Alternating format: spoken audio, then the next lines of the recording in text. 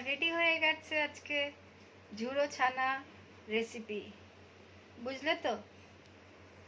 তো আমি তোমাদেরকে একটা কথা বলি, যখনই দুধ ফাটবে তখনই কোনোদিন কেউ ঘাবড়াবে না। কি করব, আর কাউকে বলতেও হবে না।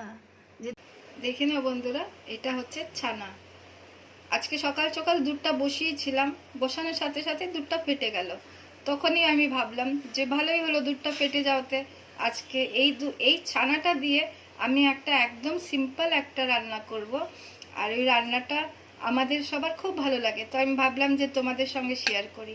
তো দেখে নাও ওইটার জন্য কি করব। এখন আগে সামান্য একটু হলুদ আর নুন দিয়ে এই ছানাটাকে আমি ভেজে নেব, একটু ভেঙে নেব এটাকে।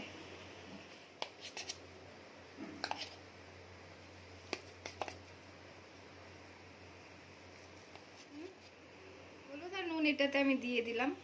এবার আমি এটাকে একটু সামান্য একটু তেলের মধ্যে ভেজে নেব। আমার কড়াইয়ে তেলটা গরম হয়ে আছে।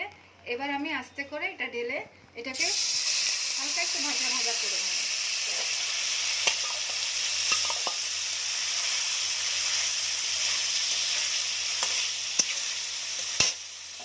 আমার ছানা ভাজাটা হয়ে গেছে, এবার আমি এটা তুলে নেব। দেখে না বন্ধুরা, আমার কড়াইয়ে তেল গরম হয়ে গেছে। গরম মানে খুবই গরম হয়ে গেছে। এবার দিয়ে কাজটা সেরে নিতে হবে। এখন আমি তেলের মধ্যে কাঁচা লঙ্কা ফোড়ন দিয়ে দিচ্ছি। দিয়ে এবার আমি আলুটাকে ছেড়ে দিচ্ছি। আলুটা আমি ছেড়ে দিয়েছি, কারণ তোমরা দেখতে পাচ্ছ কাঁচা লঙ্কা আর কালো জিরে ফোড়ন দিয়ে আলুটা ছেড়ে দিয়েছি। আর আলুটা একটু লম্বা লম্বা করে পাতলা পাতলা করে কেটেছি। এবার আমি আলুর মধ্যে দিয়ে দেব অ্যাজ ইউজুয়াল হলুদ, গুঁড়ো লঙ্কা আর নুন। দেখতে থাকো তোমরা। দেখে না বন্ধুরা, হলুদ, নুন আর গুঁড়ো লঙ্কা দিয়ে দিয়েছি। এবার এটাকে ভালো করে মিশিয়ে নাড়াচাড়া করে তারপর এটাকে ঢাকা দিয়ে দেব 5-6 মিনিটের জন্য। কম আগুনে ঢাকা দিয়ে রাখবো, ঠিক আছে? তারপর 5-6 মিনিট পর এটা খুলে তারপর দেখবো কতটা কি হলো না হলো। তো বন্ধুরা, এবার আমি ঢাকনাটা খুলে দেখে নিই আমার কতটা এগোলো আলুটা। আলুটা তো বেশ ভালোই ভাজা হয়ে গেছে। এবার আমি গ্যাসটা একদম বাড়িয়ে দিলাম।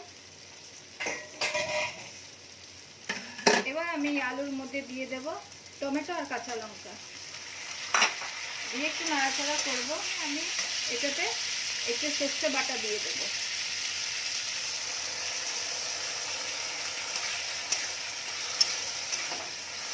সর্ষে বাটাটা দিয়ে একটু ভালো করে কিছুক্ষণ ফুল ফ্লেমে এটা কিছুক্ষণ একটু টানাবো। বন্ধুরা দেখে নাও, আমার আলু সর্ষে বাটা সব একসঙ্গে ভালো করে কষানো হয়ে গেছে। এই দেখো লাল লাল করে। এবার এটাতে আমি একটু জল দিয়ে দেব।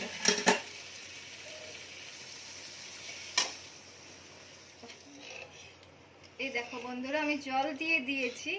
এবার এই জলটা ফুটে উঠলে পরে এটার মধ্যে আমি এই ভেজে রাখা ছানাটা ঢেলে দেব। এটা ফুটে উঠলেই দিয়ে দেব।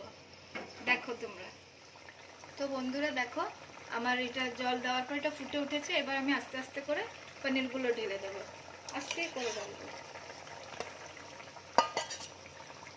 দিয়ে এটাকে হালকা হাত দিয়ে মিশিয়ে দেব।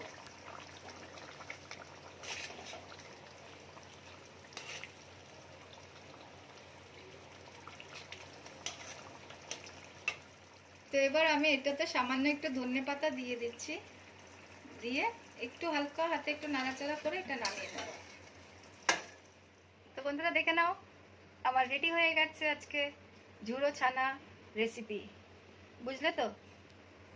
তো আমি তোমাদেরকে একটা কথা বলি, যখনই দুধ ফাটবে তখনই কোনোদিন কেউ ঘাবড়াবে না। কি করব, আর কাউকে বলতেও হবে না যে দুধ ফেটে গেছে। চুপচাপ আমার এই রেসিপিটা ফলো করে নেবে।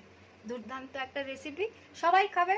তখন তোমরা খুশি হয়ে আমাকে জানাবে যে তোমাদের কেমন লাগলো এই রেসিপিটা। ঠিক আছে? আমি করেছি, এবার আমরা খাবো। এবার তোমরাও ট্রাই করে দেখো কেমন হয়। ভালো লাগলে অবশ্যই আমাকে জানাবে। আর এই রেসিপিটা যদি ভালো লাগে তাহলে কি করতে হবে? লাইক, শেয়ার, সাবস্ক্রাইব আর কমেন্ট করে দেবে। আজকের জন্য এইটুকুই। আবার দেখা হচ্ছে আরেকটা রেসিপি নিয়ে। ওকে, বাই বাই।